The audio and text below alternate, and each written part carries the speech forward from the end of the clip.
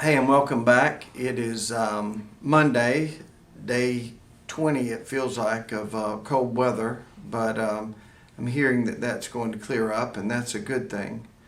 Last week, we had a trial in Georgetown, and we had two of our young prosecutors, Liz Smith and Sam Aldridge. Sam has only been with us about a year, and she's tried several cases. So hats off to the two young ladies that have done a phenomenal job in Georgetown. Last week, they started this trial with Robert Justin Britt. He's 43, lives on Fraser Street. He was on probation for larceny.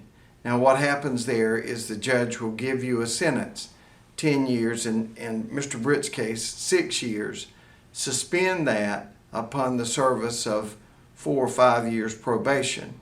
And what the judge will say is, look, instead of you being in prison, I'm giving you the keys to the prison, you can stay out, but you got to pay restitution, you got to come in, you got to check in with a probation officer, you got to do all of these things. While Mr. Britt was out, instead of doing all of the correct things that he was supposed to do, he was arrested at a house on Fraser Street. There was a co-defendant, but the only one that went up for trial last week was Mr. Britt. And he was, when the police went in, they found different drugs all in sinks and in toilets and, trying to dispose of the drugs. But a lot of the drugs were rescued and tested and weighed, and that came back against Mr. Robert Justin Britt. So Mr. Britt was given a sentence of 15 years on the drug charges, and he was also given 6 years for his violation of probation. So when the judge revoked his probation, that top number that I was telling you about, the 6 years, now goes from a threat to actually happening. So now he's got to serve that 6 years, and then consecutive or added to that time is this 15 years. So it's a 21-year sentence for Mr. Britt. 6 of it was from a revocation of probation. The other 15 was possession with intent to distribute drugs. So he's got 21 years in the Department of Corrections. He will serve a portion of that before he will be eligible for parole.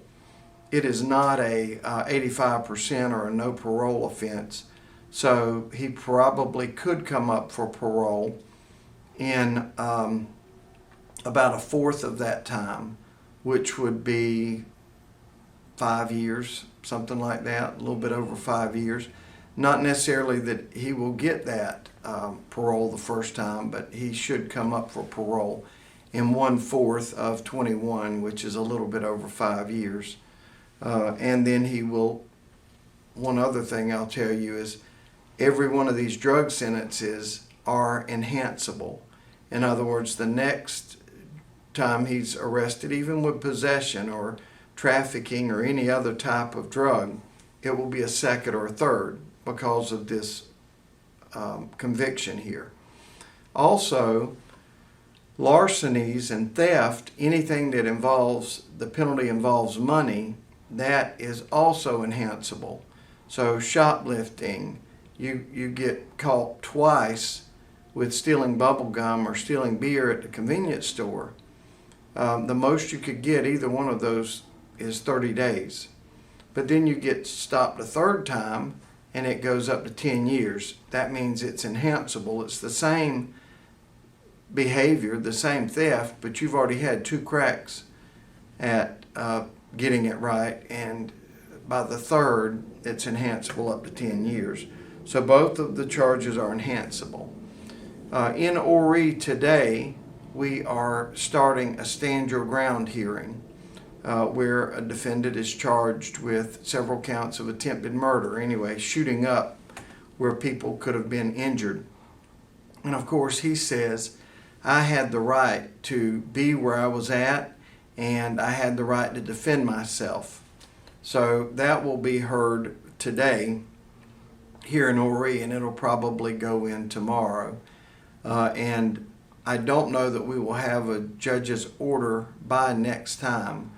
But if we do, I'll update you on that. If we don't, we're always open to topics, so leave in the comments or call us, email us, either way, and let us know what you want to hear about, and we will try to cover it.